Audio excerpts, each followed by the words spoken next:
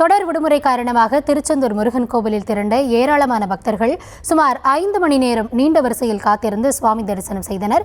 இதுகுறித்த கள தகவல்களோடு இணைகிறார் எம்முடைய செய்தியாளர் சதீஷ். சதீஷ், முழுமையான விவரங்களை வழங்கலாம். வணக்கம் கௌதமி. தொடர் விடுமுறையால் திருச்செந்தூர் சுப்பிரமணிய சுவாமி கோவிலில் பல்லாயிரக்கணக்கான பக்தர்கள் இன்று குவிந்த வண்ணம் உள்ளனர். தூத்துக்குடி மாவட்டம் திருச்செந்தூர் சுப்பிரமணிய சுவாமி கோவில் சிறந்த பரிகாசமாக வழங்கி வருகின்ற மேலும் இந்த கோவில் கடற்கரை அருகில் அமைந்திருப்பதால் கோவிலுக்கு வரும் பக்தர்கள் எண்ணிக்கை நாளுக்கு நாளுக்கு அதிகரித்து வருகின்றது. பள்ளி கால்நடை தேர்வு, சரஸ்வதி பூஜை, ஆயுத பூஜை மற்றும் தொடர் விடுமுறை முன்னிட்டு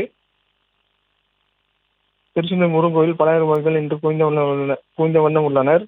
இன்று கோவில் நடை அதிகாலை 4 மணிக்கு திறக்கப்பட்டு 4:30 மணிக்கு விஸ்வ தீபாவளியும் 6 மணிக்கு உதயமந்தான அபிஷேகம் நடைபெற்றது. தமிழகத்தின் பல்வேறு பகுதிகளிலிருந்து வந்த பக்தர்கள் கோவில் கடல் மற்றும் 4 கிணறு புனித தீர்த்தத்தில் நீராடி சுமார் 5 மணி நேரம் காட்சியறிந்து சுவாமி தரிசனம் செய்து வருகின்றனர். மேலும் பக்தர்கள் வருகை தந்ததால் திருச்செந்தூர் நகர்ப்பகுதி முழுவதும் போக்குவரத்து நெரிசல் அதிகமாக காணப்பட்டது. விவரங்களுக்கு நன்றி சதீஷ்.